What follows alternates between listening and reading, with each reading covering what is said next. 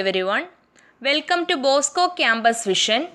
I am Lakshmi V.S., Assistant Professor, Department of Commerce, Don Bosco College, Kottayam. This is the 28th lecture on the subject Recovery and Refund of Income Tax, which is a subject for semester 3 students of BCom Tax Procedures and Practices. In previous lecture, we were discussing about deduction of tax on payment from recognized provident fund to employee and deduction of tax on interest on securities.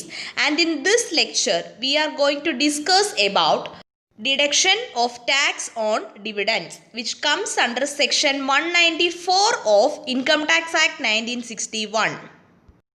Dividends section 194, അതായത് TDS എങ്ങനെയാണ് ഡിവിഡൻസിൽ വരുന്നത് എന്നാണ് നമ്മൾ ഈ സെക്ഷനിൽ discuss ചെയ്യുന്നത്. And who will deduct tax at source, അതായത് ഡിവിഡൻസിൻ്റെ കേസിൽ ആരാണ് TDS ഡിഡക്റ്റ് ചെയ്യുന്നത്?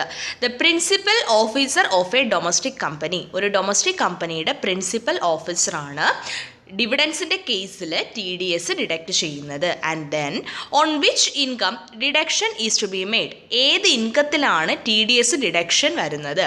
On dividends under section 2 subsection 22 clause E, അതായത് സെക്ഷൻ 2 സബ്സെക്ഷൻ 22 ക്ലോസ് ഇയിൽ വരുന്ന ഡിവിഡൻസിലാണ് TDS ഡിഡക്റ്റ് ചെയ്യുന്നത്. ഓക്കെ.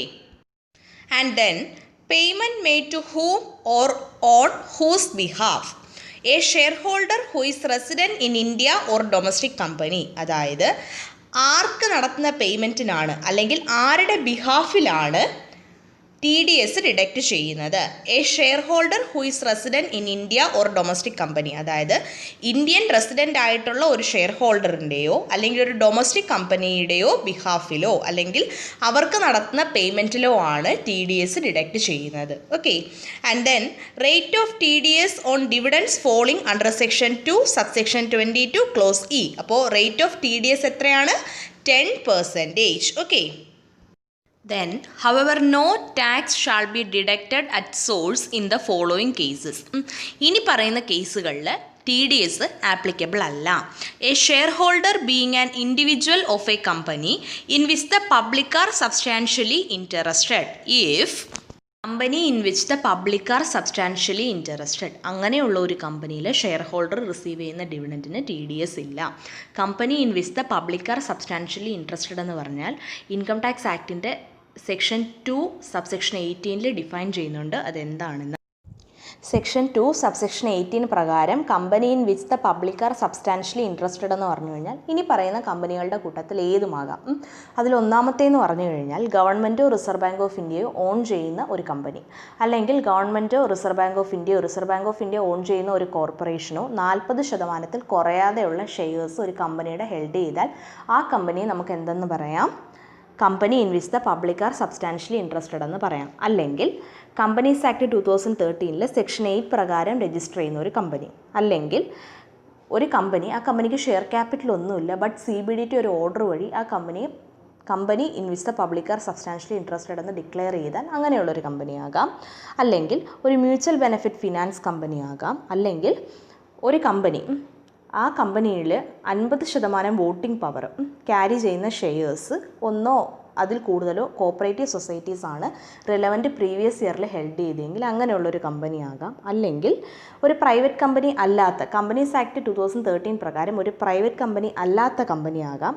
അതിൻ്റെ ഇക്വിറ്റി ഷെയർസ് പ്രീവിയസ് ഇയറിലെ ലാസ്റ്റ് ഡേയിൽ ഒരു റെക്കഗ്നൈസ്ഡ് സ്റ്റോക്ക് എക്സ്ചേഞ്ച്, ഇന്ത്യയിലെ ഒരു റെക്കഗ്നൈസ്ഡ് സ്റ്റോക്ക് എക്സ്ചേഞ്ചിൽ ലിസ്റ്റ് ചെയ്യുകയും ചെയ്തു, അങ്ങനെയുള്ളൊരു കമ്പനിയാകാം.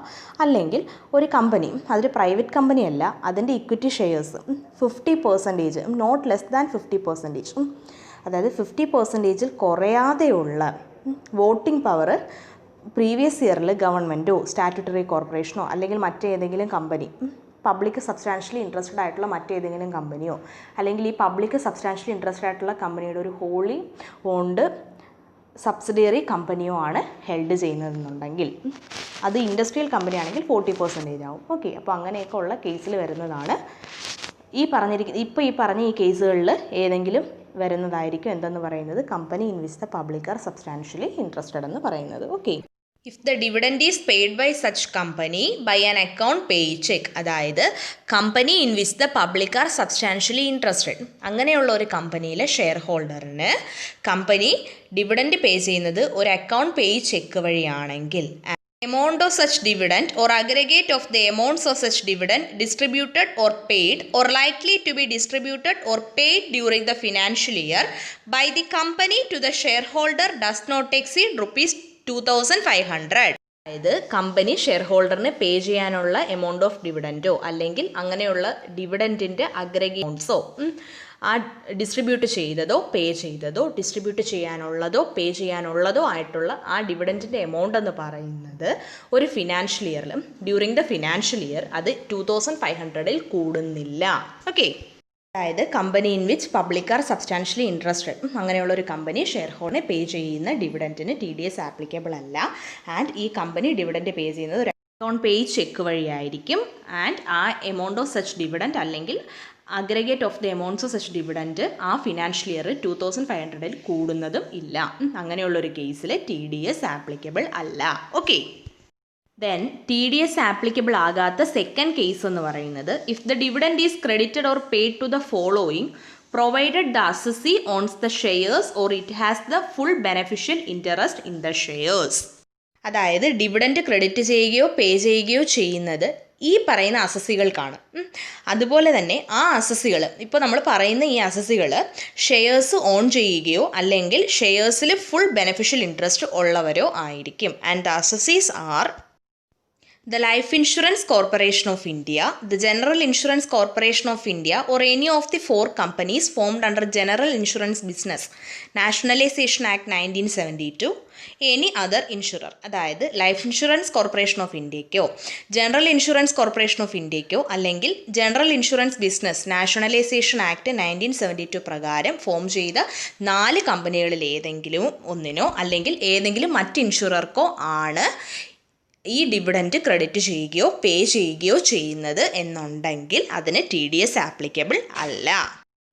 TDS ആപ്ലിക്കബിൾ ആകാത്ത തേർഡ് കേസാണ് dividend referred to in section 2 subsection 22 clause A, clause B, clause C or clause D. Such dividend is exempt under section 10 subsection 34. അതായത് section 2 subsection 22 clause A, B, C, D ഈ 4 ക്ലോസിലും വരുന്ന ഡിവിഡൻറ്റിനും എന്ത് applicable അല്ല? TDS applicable അല്ല. And such dividend is exempt under section 10 subsection 34. Okay, we all understand about deduction of tax on dividends. Thank you all.